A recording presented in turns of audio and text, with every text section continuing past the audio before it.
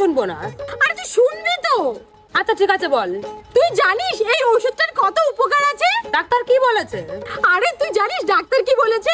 এই ওষুধটা খেলে পরে তুই ইয়াং হয়ে যাবি, সুন্দরী হয়ে যাবি, তোর শরীরে একটা আলাদাই গ্লো আসবে, তোর মুখটা না চকচক চকচক করবে, আর শোন তোর বয়সটা 4 বছর কমে যাবে।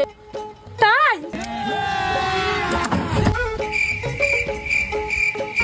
কি